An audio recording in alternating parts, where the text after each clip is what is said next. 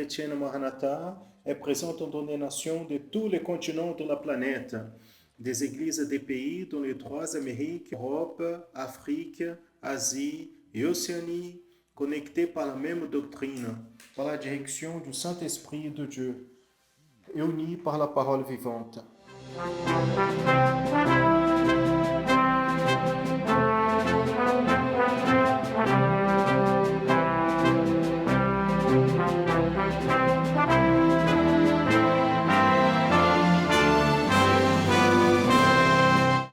Des frères et sœurs de toutes les parties du monde participent d'un même culte, ensemble, dans un même corps, dans un même esprit. À travers le système de transmission, les membres de l'Église chrétienne Maranatha de toute la planète vivent un moment d'unité et de communion, comme l'ont vécu les Hébreux à leur sortie d'Égypte et les disciples avec le Seigneur Jésus à la veille de sa mort à la croix de Calvaire. Des personnes de toutes les parties du monde sont touchées par l'évangile éternel et par le message du retour imminent du Seigneur Jésus.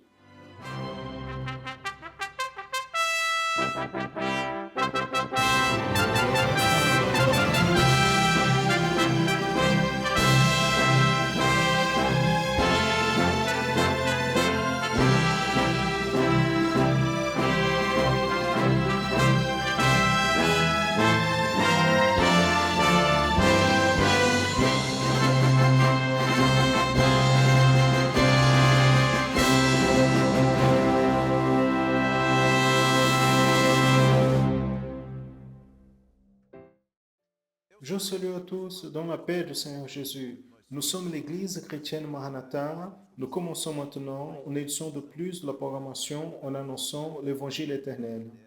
Soyez bienvenus à cette programmation qui est préparée avec tout le soin, spécialement pour vous et pour toute votre famille. Quelle est la fonction de l'Église dans ce monde? Ça, c'est une question que tout chrétien et principalement tous les serviteurs de Dieu devraient se faire toujours pour comprendre et aussi vivre le projet de Dieu pour son Église. Et nous sommes conscients que l'Église n'est pas dans ce monde seulement pour que les personnes puissent avoir une religion. Le fondateur de l'Église a été le propre Seigneur Jésus et lui, il a établi les directrices pour nous, ses disciples, nous puissions donner continuité à son merveilleux ministère. La prédication de l'évangile de Christ nous a été confiée par lui-même. Et le critère pour avoir la condition d'exécuter cette mission merveilleuse est l'action du Saint-Esprit en nos vies, ainsi comme Samson l'a fait pendant qu'il était en obéissance, pendant qu'il a persévéré et a préservé l'engagement qu'il avait avec Dieu. Dans la programmation d'aujourd'hui, dans le volet Leçons de Manaïm, je reçois le pasteur Daniel Moreira et Charles Souza pour parler sur le projet de salut de Dieu et le rôle de l'Église dans nos jours pour la divulgation du moment prophétique que nous vivons. Juste après, dans le volet accessibilité, la docteure Marie Amina nous parlera sur ce qui est nécessaire aux professeurs des classes des enfants intermédiaires et adolescents dans nos églises pour enseigner les enfants avec déficience. Dans le volet prophète louange, la professeure Laïs Figueiras va enseigner la louange Père, je suis à te clamer, maintenant pour la flûte douce. Et dans l'étude pour les enfants intermédiaires et adolescents, le professeur Carla Figueiredo, dans la thématique en connaissant le mystère de l'évangile de Christ, nous parlera sur le Saint-Esprit dans la vie de Saint-Saint. Assistez maintenant la partie leçon du Manaïm.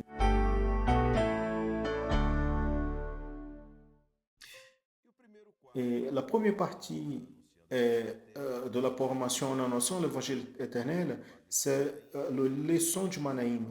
C'est dans cette partie que nous traitons le sujet de l'école biblique dominicale de l'Église chrétienne Maranatha, où nous avons l'opportunité de parler sur ces sujets, ce qui a été traité dans la dernière école biblique dominicale. Nous avons l'opportunité de traiter ici en studio. Et j'ai ici avec moi les pasteurs Daniel Moreira et Sérgio Souza. Daniel, Sérgio, la paix du Seigneur. Paix du Seigneur Josias, Sérgio, la paix du Seigneur à tous. Amen. La paix du Seigneur Josias, Daniel, et à tous qui sont avec nous. Très bien. Nous apportons toujours dans au début de la programmation Les Songes Manaïm, nous montrons toujours les participations de personnes qui interagissent avec nous.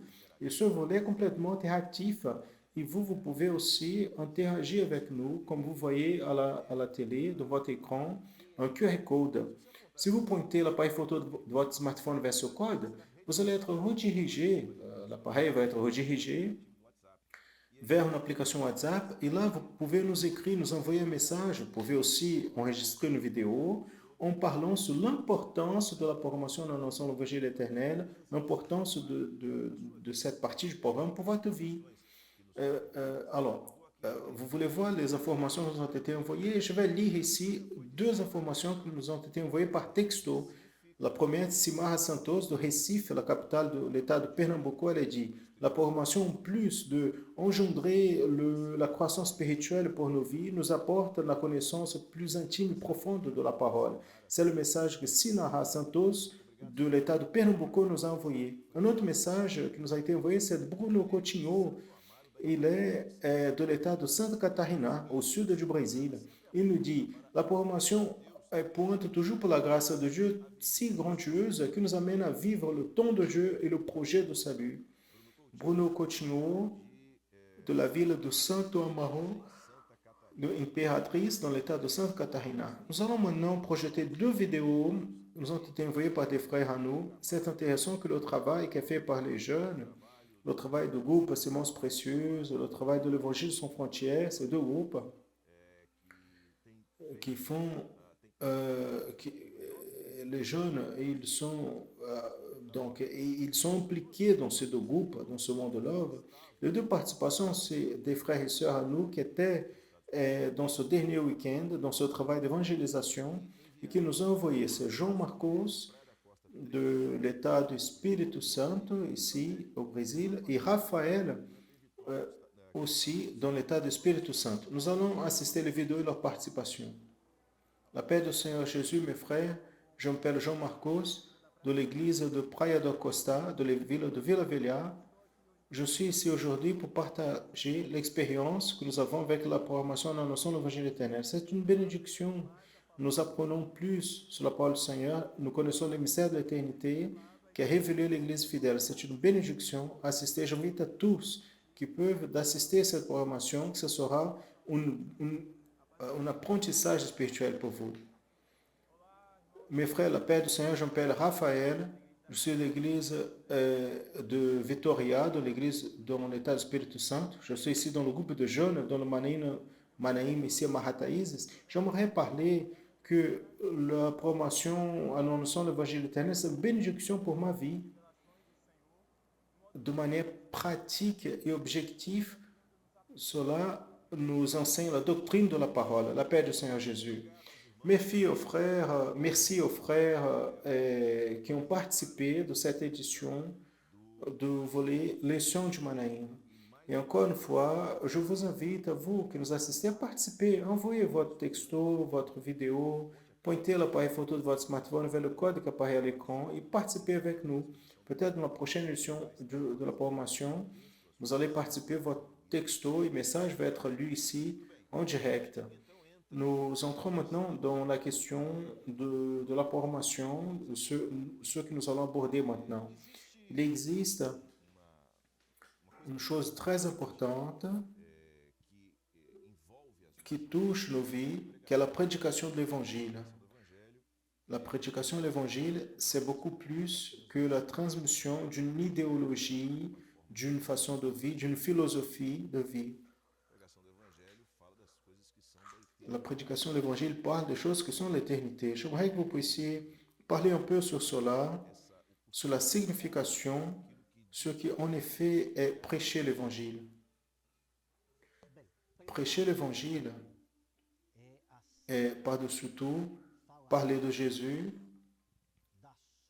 de sa venue à ce monde. Dieu l'a envoyé, Dieu Père, par amour à nous, à l'homme, aux pécheurs, afin que Jésus, en mourant, c'est-à-dire son sang étant versé, nous puissions avoir la vie et la vie éternelle. Et après est venue la résurrection de Jésus, il a vaincu la mort, il nous vaincront aussi en son nom. Le Saint-Esprit a été versé après, et tout cela, Josias, nous montre quelle est donc l'importance aujourd'hui de la prédication de l'Évangile qui a annoncé Jésus, a annoncé le salut et la vie éternelle pour l'homme. Exactement. L'Évangile n'est pas une prédication d'une vie religieuse. Les gens confondent ces choses. Le mot évangile signifie des bonnes nouvelles. Donc, ce sont des bonnes nouvelles de la part de Dieu pour l'homme. Donc, ce je l'ai déjà dit ici, concerne le message central de l'évangile, qui est le salut en Jésus. Donc, l'évangile, il apporte le message de la vie éternelle. Il n'apporte pas un message d'une religion nouvelle. Parce que l'évangile sont les marques, les standards d'un projet que Dieu a établi pour l'homme. Et si l'homme accepte, il veut vivre ce projet, le résultat pour sa vie est l'éternité. Même pourquoi nous tous, nous avons la certitude,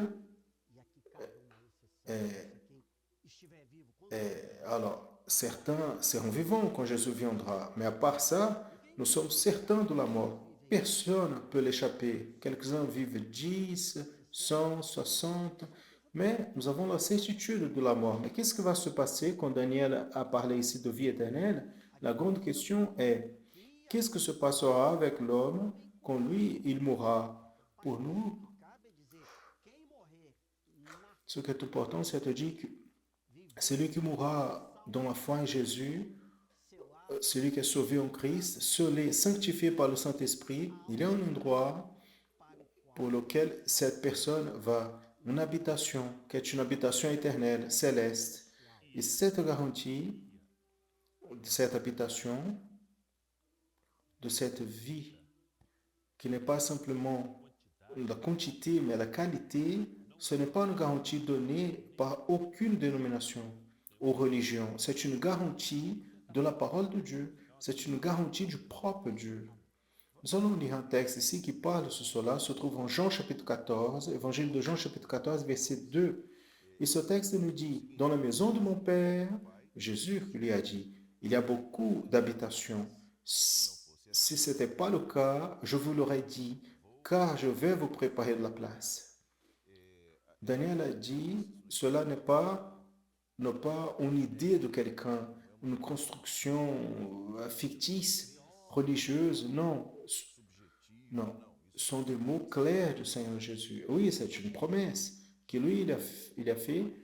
Et donc, ce qui est important, très important, comme connaître cette promesse, c'est de savoir qu'est-ce que l'homme doit faire pour avoir accès et entrer dans cette habitation et habiter en elle dans la vie éternelle avec Dieu. Donc, quand le Seigneur Jésus dit, dans la maison de mon Père a beaucoup d'habitations, il est en train de dire que il y a pour chacun qui accepte ce projet, les bonnes nouvelles de l'Évangile, il y a un foyer, il y a une habitation céleste. Donc, mes bien-aimés, voyez bien, si Dieu devient votre Père céleste, le ciel sera votre place. Amen. Nous allons lire un texte qui se trouve en Actes chapitre 16, verset 31, qui est un témoignage des disciples qui parle sur ce qui est nécessaire pour vivre cela. Donc, nous avons parlé ici de ce qu'est l'Évangile, c'est ce message, ce qui est prêché, c'est le chemin. L'homme, il a besoin de comprendre qu'il existe une vie éternelle. Et comment faire pour hériter la vie éternelle? Acte 16, 31, la parole dit, ils ont dit, crois au Seigneur Jésus-Christ et tu seras sauvé, toi et ta maison. Cette promesse, donc, elle est large. Donc, croire en Jésus, c'est le pas initial dans ce chemin. Parce que Jésus est le chemin, la vérité et la vie. Afin que l'homme puisse recevoir le salut, il doit d'abord croire en Jésus comme le Sauveur. Et cela se fait comment? Cela se fait au moment où l'homme a une expérience. Il a une rencontre avec le Seigneur Jésus, n'est-ce pas? Ça veut dire, il suffit de croire et accepter Jésus, recevoir le salut, c'est fini. Ça joue. Non, aucunement. Parce que ça, c'est le début. C'est un point, nous pouvons dire. C'est un point de départ. Mais à partir de là, il est nécessaire de marcher dans un chemin, et Jésus est le chemin. Mais cette marche, cette, cette marche va durer combien de temps? Toute la vie. Et cela doit être fait et vécu en sanctification du Saint-Esprit. Donc, observez ces jours, juste en détail. C'est le point de départ d'une marche dans le chemin. Si on fait attention, euh, tout ce que le Seigneur Jésus a parlé sur le salut est dynamique. Par exemple, il dit, je suis le chemin, n'est-ce pas? Je peux entrer dans un chemin ou dans une route et être arrêté ou quitter la route, exactement. Mais si je suis arrêté dans cette route, je vais savoir qu'est-ce qui se passe. Oui, je vois les gens qui passent, les voitures qui passent, mais je me pose la question, est-ce que je vais arriver à la destination finale de cette route? Jamais, parce que je suis statique. Donc Jésus est le chemin, parce qu'on a besoin de marcher en lui tous les jours. Et ce n'est pas une marche de n'importe quelle manière. Ce n'est pas quelque chose que vous entrez et que vous vivez avec vos péchés de la manière comme vous voulez. Non, c'est un chemin étroit, en sanctification de l'esprit, dit la parole. Nous allons lire un texte qui contribue beaucoup à ce que vous venez de dire. Matthieu chapitre 7, verset 13-14. Entrez par la porte étroite, car large est la porte et spacieux le chemin qui conduit à la perdition, et beaucoup entrent par elle. Et parce que la porte est étroite et serrée, le chemin qui amène à la vie, il y en a peu qui le retrouvent. Donc le texte parle clairement que c'est le chemin qui amène la vie. Donc ce chemin étroit nous amène à la sanctification, à une vie en Jésus, sous le gouvernement du Saint-Esprit, avec un détail ici. Il y en a peu qui la retrouvent. Donc le salut bibliquement ne sont pas tous qui vont la retrouver. Et le chemin est étroit parce que afin que l'homme puisse marcher dans ce chemin, il doit obéir uniquement et exclusivement la direction du Saint-Esprit. S'il obéit la raison, son ego, son chemin, ces choses n'entrent pas dans le chemin. Très bien. Alors, il n'y a que la volonté de Dieu qui peut agir dans ce chemin. Nous avons parlé sur le projet de salut, l'évangile, et l'évangile consiste sur une opération de la Trinité. C'est la bénédiction, le projet du Père qu'on peut avoir à travers le Fils, qui est le chemin, et la sanctification continue du Saint-Esprit. Mais quel est le rôle de l'Église dans ce contexte? La principale fonction de l'Église est exactement prêcher l'Évangile. Aller annoncer l'Évangile à toute créature. L'Église, donc, elle ne peut pas être dissociée et ni éloignée donc, de l'engagement qu'elle a été confié par Dieu.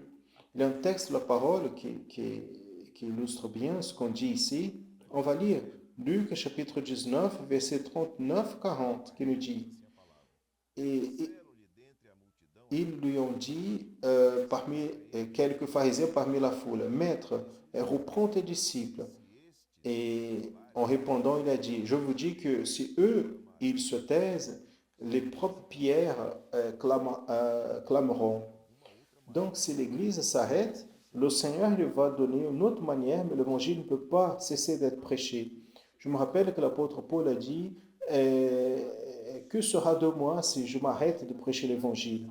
Donc, il n'existe pas l'aspect de, non, je suis sauvé en Jésus, je vais maintenant m'enfermer et point final, je suis sauvé. Non, vous êtes sauvé en Jésus, vous devez témoigner. C'est pour cela que pouvons affirmer, Daniel Josias, que la fonction et l'objectif de l'Église, dans ce que nous venons de citer,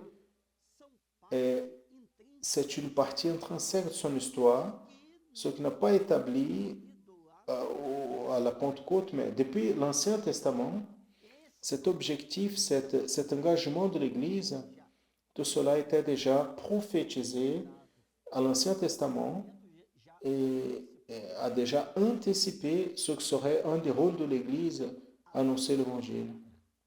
Très bien. Nous voyons, vous avez parlé sur l'Ancien Testament, nous pouvons voir d'ailleurs dans la vie d'un personnage biblique qui est traité comme un des héros de la foi et qui est objet d'étude dans l'école biblique dominicale qui est Samson. Et permettez-moi un instant, ce que nous allons voir dans la vie de Samson et beaucoup d'autres, c'est qu'à l'Ancien Testament, cette différence c'est important de citer l'Esprit du Seigneur. Il venait, il se posait sur mesure dans la vie d'un roi, d'un sacrificateur, d'un prophète, mais la prophétie était après, mon Saint-Esprit sera versé. Ce qui s'est passé à la Pentecôte. Très bien. Donc, allons voir un texte dans la vie de Samson. Je pense que d'une manière très claire, il montre cela. Juge chapitre 13, verset 25 nous dit, et l'Esprit du Seigneur l'a commencé à l'amener de temps en temps vers le champ de Dan, entre Zora et Estaol. Donc là, il y avait déjà une action du Saint-Esprit qui dirigeait Samson dans le sens du projet de Dieu soit réalisé. Le fait de poser, le fait que le Saint-Esprit était posé sur des personnes dans l'Ancien Testament, cela était exactement un parallèle prophétique de quelque chose de beaucoup plus grand qui viendrait sur l'Église, comme enregistré dans le livre du prophète Joël. Je pense qu'on peut lire ce verset. Cela contribue bien avec ce que vous avez dit maintenant. Joël chapitre 2, verset 28, à la parole du Seigneur nous dit, il sera que après, je verserai mon esprit sur toute chair, et vos fils et vos filles prophétiseront, vos anciens auront des rêves, et vos jeunes auront des visions. C'est quoi ce après? Ce après prophétisé par Joël, nous avons déjà cité de manière superficielle, c'est donné exactement le jour des Pentecôtes, quand un petit groupe, 120 personnes, ce groupe était réuni à Jérusalem, selon orienté par le Seigneur Jésus, et attendait la promesse que Jésus avait confirmée. C'est quand nous pouvons voir en acte 2, il y a eu le versement du Saint-Esprit. En acte 2, 4, qui nous dit, et tous ont été remplis du Saint-Esprit et ont commencé à parler en d'autres langues selon ce que le Saint-Esprit leur donnait à parler. Maintenant, il n'y avait plus le fait que le Saint-Esprit venait sur une personne, mais là, le Saint-Esprit a été versé, observez bien, le Saint-Esprit a été versé, il y en a presque 2000 ans, sur l'Église, en accomplissant l'histoire prophétique est décrite dans tout l'Ancien Testament, dans la fonction de l'Église et l'objectif de l'Église, c'est l'action du Saint-Esprit. Nous avons d'autres textes. Le texte Jean 14, 26 nous dit, mais ce consolateur, le Saint-Esprit, que le Père enverra en mon nom, vous enseignera toutes les choses, vous fera rappeler de tout ce que je vous ai dit. C'est intéressant que les paroles sont du propre Seigneur Jésus Comme vous avez dit, le propre Seigneur Jésus rectifie, il laisse clair que ce moment est attendu, prophétisé par Joël, par exemple, c'est le moment qui était pour venir. Et là, je vais même lancer ici une question. Pour l'Église fidèle, accomplir sa fonction, est-ce possible de le faire sans le Saint-Esprit?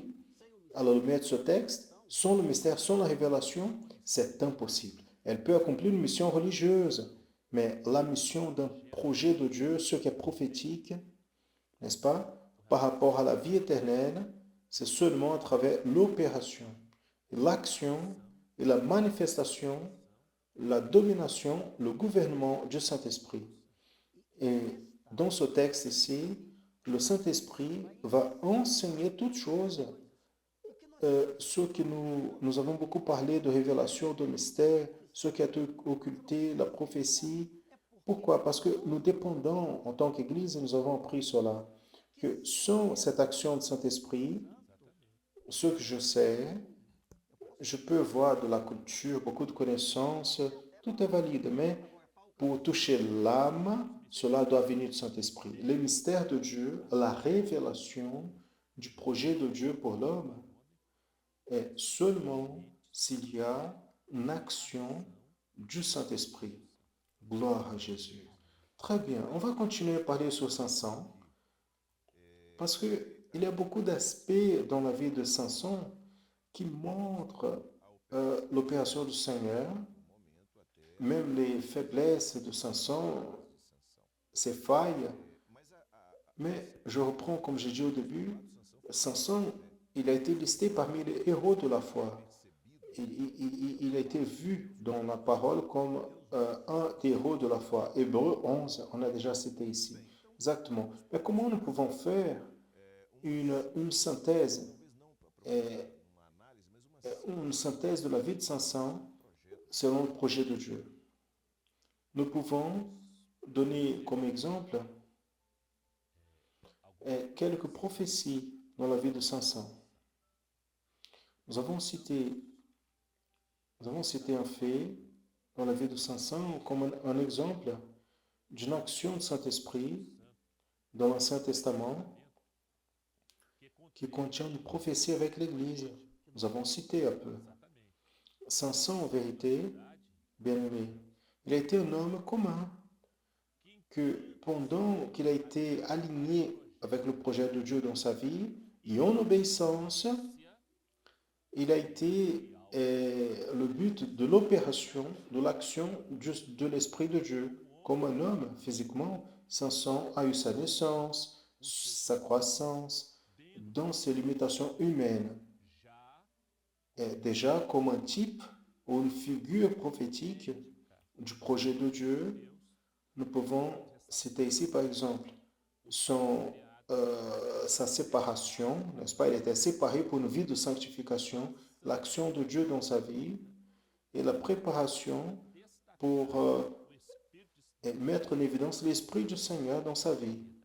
Dans sa fidélité au projet de Dieu, il a eu de grandes victoires. Et juste pour vous interrompre ici un petit peu, Daniel, vous avez cité sur la fidélité, l'obéissance et les victoires obtenues. C'est-à-dire, Samson a été un homme commun, assujetti aux faiblesses. Et nous pouvons dire qu'il a commis beaucoup d'erreurs, que la Bible registre, mais dans ceux, juste pour renforcer ici, dans ceux qu'il a obéi le Seigneur, qu'il a été fidèle et que le Saint-Esprit, et ça c'est l'expression, l'Esprit du Seigneur s'est appossé de Samson, cela est répété. Et dans cela, il apporte des typologies prophétiques. Il prophétise, il annonce des aspects qui allaient se passer dans la vie de Jésus et de l'Église. Vous avez cité bien. Et dans ce qu'il a été fidèle et obéissant au projet de Dieu. Et parmi les victoires qu'il a eues, nous pouvons citer une très marquante qui a été quand il a fait face à un lion. Nous pouvons voir que cela a été un résultat de quoi? De l'opération de l'Esprit de Dieu dans sa vie. Et cela est très clair explicite dans la parole. Juge 14, 6 dit la parole du Seigneur. Alors, l'Esprit du Seigneur lui a pris de manière si puissante qu'il qu'il a, qu'il qu'il a fondu, qu'il a déchiré le lion du haut en bas, comme si c'était un chevreuil, sans avoir rien dans sa main. Cela montre l'opération de Dieu à travers l'opération de l'Esprit de Dieu dans sa vie. Quel est l'aspect prophétique dans ce moment où il était rempli de l'Esprit de Dieu? Cet animal est donc déchiré, a prophétisé sur quoi? A prophétisé à propos du sacrifice du Seigneur Jésus. Il était prophétisé, n'est-ce pas? Oui, et exactement. Un autre fait notable, prophétique, dans la vie de Samson, qui pointait euh, pour que le chrétien soit rempli ou sous la domination, le gouvernement du Saint-Esprit, afin qu'il puisse de cette manière recevoir et conserver la bénédiction, le salut dans sa vie. Nous voyons dans un autre épisode qui se trouve déjà en Juge chapitre 15. Juge chapitre 15 verset 14 nous dit: et en venant lui à Léhi, les Philistins l'ont sorti à sa rencontre en se réjouissant. Mais l'Esprit du Seigneur l'a pris de manière puissante et les cordes qu'il avait dans ses bras est devenu comme fils d'humain qui était brûlé. Et ses attaches se sont défaites dans ses mains. Encore une fois, l'expression l'Esprit du Seigneur l'a pris de manière puissante. Bien-aimé, tout, tout ce dont le chrétien fidèle, obéissant, obtient, est un résultat d'être amené, d'être dominé, d'être amené par l'Esprit de Dieu, ou aujourd'hui par le Saint-Esprit. Amen. Gloire à Dieu. Daniel, on arrive à la fin, ces jeunes arrivent à la fin de cette partie, et on apporte toujours un message pour celui qui nous regarde, ceux qui nous entendent, une parole que fait une application dans la vie de ces personnes, un résumé de ce qu'on vient de dire ici. Et la parole de Dieu nous offre, qu'on vit son projet, des expériences merveilleuses. Cela, nous avons vu, nous voyons dans la vie de Samson et beaucoup d'autres personnages bibliques qui ont choisi de servir le Seigneur, et gloire à Dieu, nous pouvons témoigner que nous avons cela dans nos vies. L'Église vit cette expérience aujourd'hui. Donc, cette vie conduite par le Saint-Esprit, elle se donne de manière ponctuelle. Qu'est-ce que cela implique dans la vie de chrétien, dans la vie de la personne qui souhaite vivre l'évangile de Dieu? Alors, bien-aimé, sans doute, être amené, dirigé, donc gouverné par le Saint-Esprit, cela signifie être dans le contexte et intégré au projet de Dieu. L'homme qui a le Saint-Esprit, il sait que Jésus est l'unique chemin et marche dans ce chemin avec crainte et gratitude dans le cœur par le grand salut. Cet homme, gouverné, dirigé et amené par le Saint-Esprit, il a accès au mystère de Dieu. Il vit en pleine communion et jouissance donnée par le Saint-Esprit. Il reçoit des délivrances. Il a sa famille touchée, bénie. Il touche des expériences, des victoires dans tous les aspects de sa vie. Il a la bénédiction de vivre dans la direction du Saint-Esprit à travers les ressources de dons spirituels, la parole révélée, être amené par le Saint-Esprit signifie avoir tout ce que Dieu a préparé pour l'homme. Et très bien, nous arrivons à la fin du volet, mais avant de finir, nous allons porter ici un commentaire qui nous a été envoyé. Il a été envoyé à travers un QR code qui apparaît à l'écran, qui est différent du premier. Le premier, c'est pour parler un peu sur l'importance de la programmation de votre vie. Ce deuxième ici, quand vous allez l'utiliser, vous allez être redirigé vers WhatsApp, mais il y aura une question qui va s'afficher à vous. Donc, c'est une demande de participation. Quand vous allez répondre, vous allez nous aider à préparer le prochain programme dans le volet leçon du Manaïm. Et en répondant la question la semaine dernière, nous avons un commentaire apporté par Alda Ferreira dans l'état de Minas Gerais au Brésil. Et elle dit, quand ils ont été visités par l'ange qui a donné la nouvelle qu'ils ont eu un fils, les parents de son sang, même sa mère étant stérile, ils l'ont cru dans la promesse de Dieu, lequel s'est accompli à son temps. Ils ont été fidèles à Dieu et le fils de son sang a été pris par le Saint-Esprit plusieurs fois. C'est ce qu'écrit Alda Gomes Ferreira, de Governador Valadares, État du Minas Gerais. Merci Alda pour votre participation, votre contribution ici à la programmation. Et vous qui nous assistez maintenant, vous pouvez aussi participer. Il y aura une question qui va être affichée quand vous utilisez le code qui est affiché à l'écran. Donc, vous allez être redirigé. Il y aura une question pour le prochain programme. Comme ça, vous nous aidez à structurer la programmation en annonçant l'évangile éternel, le volet leçon du Manaïm. On arrive à la fin. Merci beaucoup encore une fois. La paix du Seigneur Jésus. Amen. La paix du Seigneur Josiah, Sergio. La paix du Seigneur à tous, bien-aimés. La paix du Seigneur à tous. Amen. Gloire à Dieu. Je vais vous poser une question. Est-il nécessaire d'avoir une formation professionnelle, être professeur des enfants intermédiaires et adolescents dans nos églises? Si une des enfants a des handicaps, vous allez voir la réponse à cette question dans le volet accessibilité avec le docteur Marina Amin.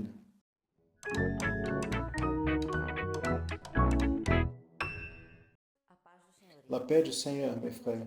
Dans la promotion d'aujourd'hui, nous allons répondre quelques doutes qui ont été envoyés par l'email accessibilité. Une des questions que les frères ont envoyées, c'était celle-là. Est-il nécessaire d'avoir la formation professionnelle pour être professeur de l'école biblique dominicale pour attendre ces enfants avec handicap? Non, ce n'est pas un requis pour nous être professionnel. Bien évidemment que si j'ai déjà la connaissance, j'ai déjà mon travail quotidien, donc être avec ces enfants, c'est plus facile de les répondre à l'église, mais cela n'est pas requis. Le requis pour nous, pour être professeur à l'église, c'est un prérequis spirituel. Donc, le spirituel, c'est ce qui commande toutes les choses dans notre vie. Donc, qu'est-ce qui est nécessaire pour être appelé comme professeur dans l'Église chrétienne Maranatha, comme professeur du groupe général des professeurs? Ces orientations, elles existent déjà. Il existe l'orientation pour l'enseignement de la parole des enfants, intermédiaires et adolescents qui se trouve dans le site web des, euh, de l'Église chrétienne Maranatha. Je pense que tous les professeurs connaissent. Si ils ne connaissent pas, ils doivent lire ces orientations. À la page 16, cela nous parle de quelques caractéristiques que nous avons besoin d'avoir pour être professeur à l'Église.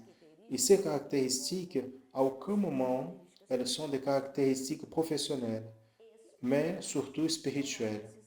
Donc, nous avons besoin de quoi? Être baptisé du Saint-Esprit, connaître la Bible, la parole de Dieu, parce que ce que nous parlons, c'est de la parole. Nous avons besoin de connaître très bien la parole du Seigneur, avoir l'expérience avec le Seigneur et donner un bon témoignage et avoir une vie de manière sobre. Ces requis restent.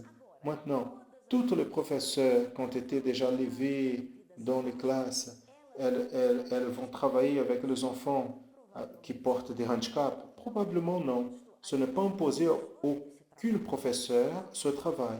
Mais si parmi le groupe des professeurs, celle qui souhaite et s'identifie avec le travail, elle peut travailler avec ces enfants qui portent des handicaps.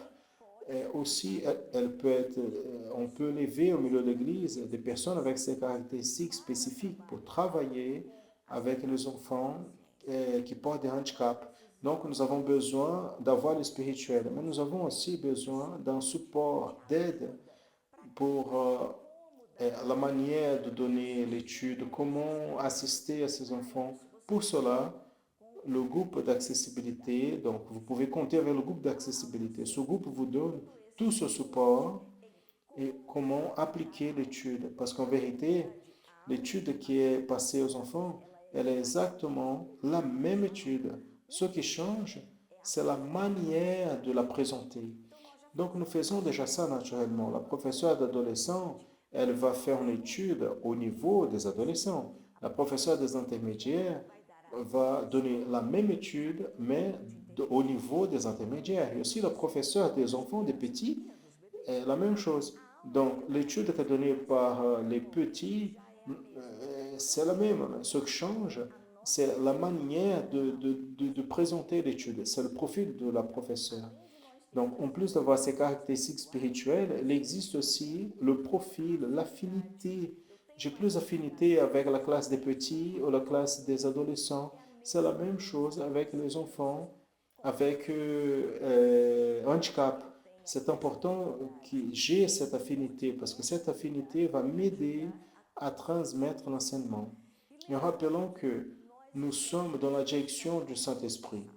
Donc, en Romains 18, nous parle de cela.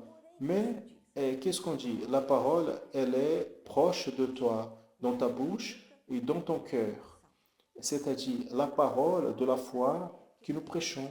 Donc, ce que nous allons parler aux enfants qui portent des déficiences, c'est exactement la même chose que nous parlons aux enfants qui n'ont pas d'handicap. Et c'est quoi? C'est la parole du Seigneur, c'est notre foi. Donc, pour cela, en tant que professeur, nous avons besoin de croire et avoir des expériences avec le Seigneur, parce que c'est de cela que nous allons parler. Donc, les sœurs, soyez à l'aise pour envoyer d'autres questions dans l'email accessibilité@presbyterio.org.br. La paix du Seigneur. La semaine dernière, nous avons commencé à apprendre à jouer le louange Père, je suis en train de te clamer. Aujourd'hui, la sœur Laïs va continuer à travailler. Maintenant, nous enseignons comment le jouer dans la flûte douce. Donc, vous savez déjà, n'est-ce pas? Prenez votre instrument et nous allons apprendre.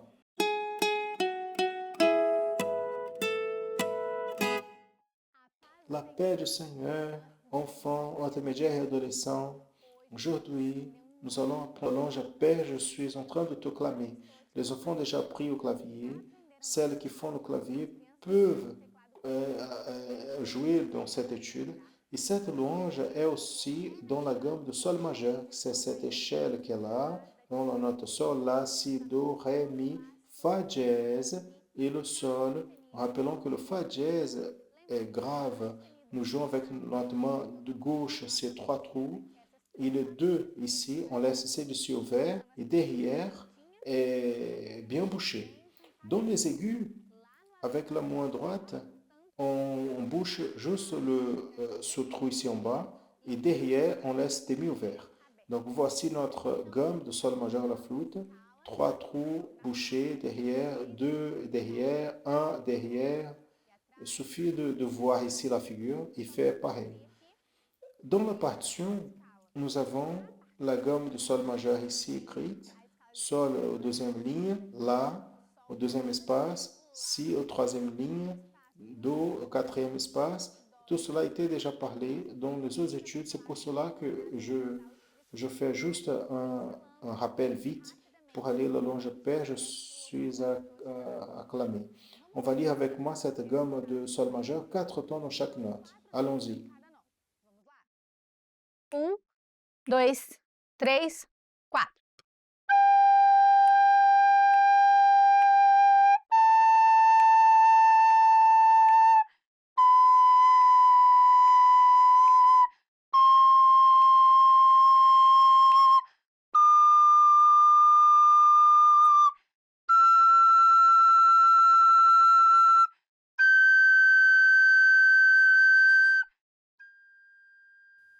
D'accord? Donc, nous avons fait ici la gamme. Vous pouvez vous entraîner d'autres manières en montant, descendant avec les notes longues, constantes, au fait de notes répétées. Regardez. Repetidamente, ó, 4 vezes cada nota.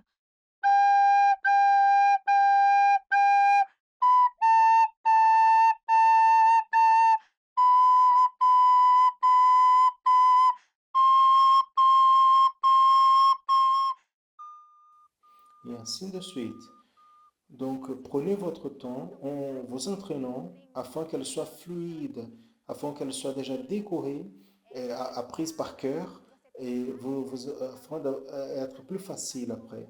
Maintenant, la louange, c'est une louange en sol majeur.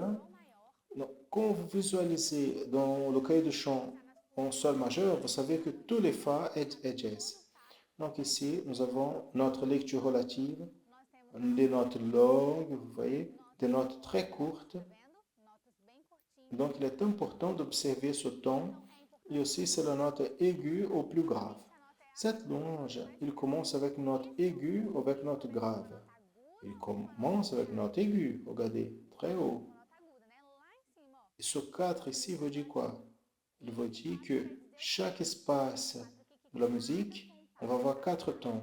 Et le 4 derrière indique que la figure qui vaut un ton, c'est la croche. Donc on va avoir avec moi. 1, 2, 3 e si.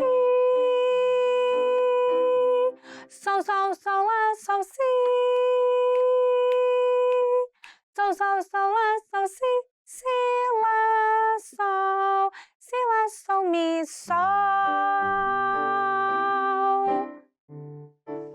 Si.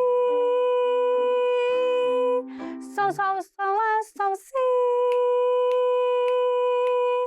Sol, sol, sol, lá, sol, si, si, lá, sol. Si, lá, sol, mi, sol. 1, 2, 3, 4. Si. Sol, sol, sol, lá, sol, si.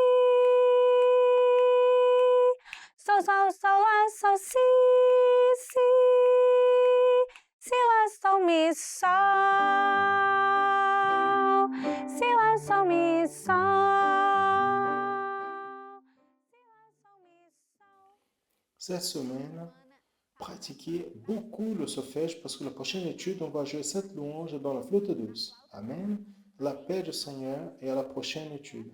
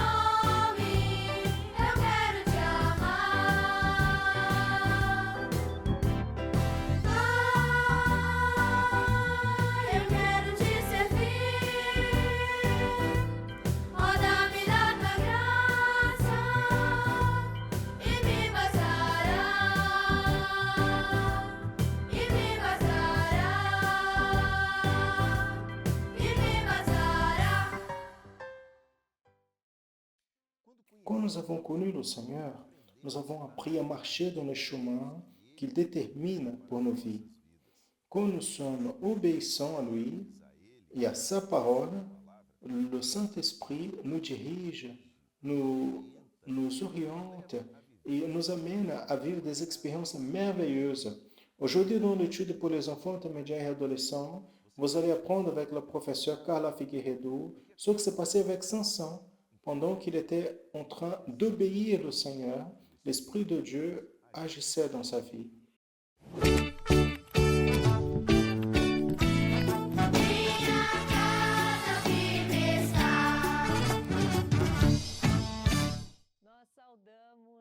Nous saluons à tous les enfants intermédiaires, adolescents et ceux qui nous assistent dans la paix du Seigneur Jésus.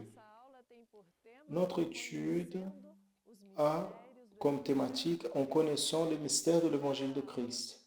Et dans cette étude, nous allons étudier sur le Saint-Esprit en agissant dans la vie de Saint-Saint. J'invite à ce que tous puissent lire avec moi le verset qui est projeté ici. Et l'Esprit du Seigneur a commencé à l'amener. Juge, chapitre 13, verset 25a. La parole de Dieu nous dit que Samson a été un homme séparé par Dieu pour délivrer le peuple d'Israël de la main des Philistins. Il a été choisi depuis le ventre de sa mère. Et Dieu lui a donné toute l'orientation aux parents de Samson pour savoir comment l'élever. Il était nazaréen de Dieu, séparé, choisi. Tout ce que regardait Samson, voyait les caractéristiques d'un homme séparé. Et une de ces orientations concernait ses cheveux. Il ne pouvait pas les couper. Et depuis le début de notre étude, nous apprenons déjà avec ça parce que les cheveux nous parlent de la pensée. Et la pensée de Samson était de faire la volonté de Dieu. Et nous penser comme serviteurs du Seigneur doit être à chercher le Seigneur afin qu'il puisse réaliser dans notre vie son œuvre, son projet.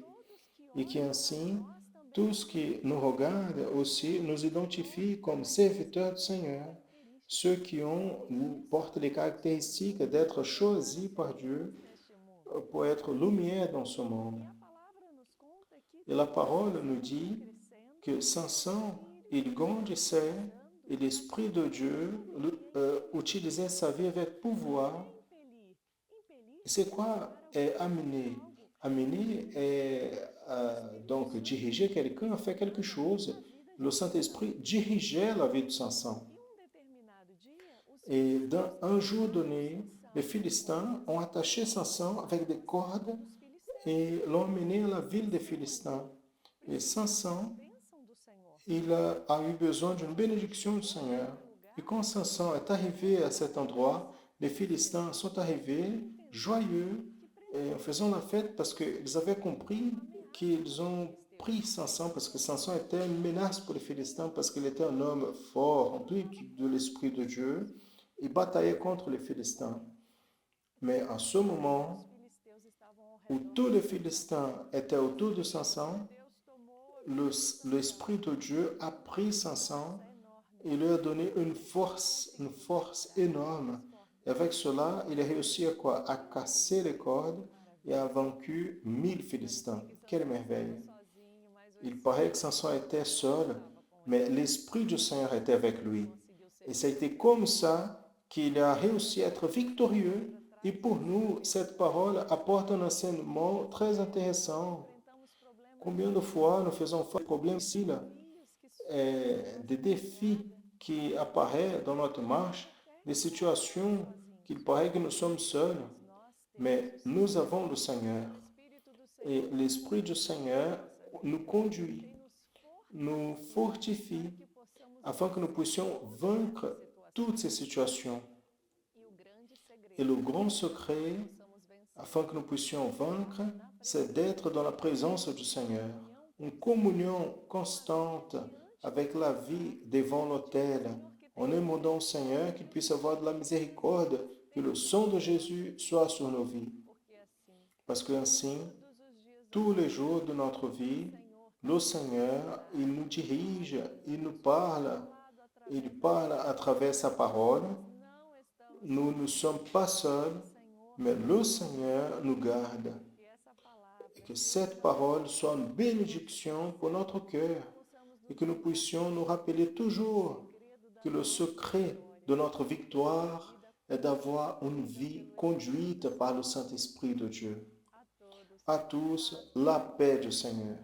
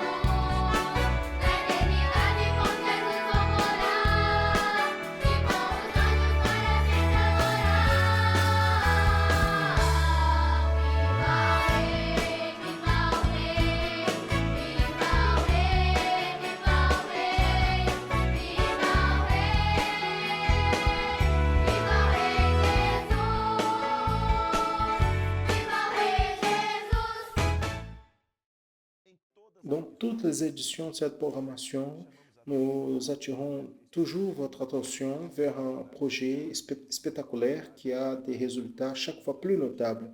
Vous qui nous assistez, vous pouvez bénéficier de ce projet. C'est le projet d'assistance spirituelle de l'Église chrétienne Maranatha.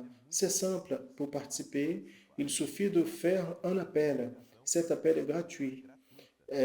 Et vous pouvez le faire toujours quand vous avez besoin vers ce numéro qui apparaît à l'écran 0800 707 376. Quand vous appellerez, quelqu'un va vous répondre. De l'autre côté de la liaison, va vous transmettre une parole du Seigneur pour consoler votre cœur.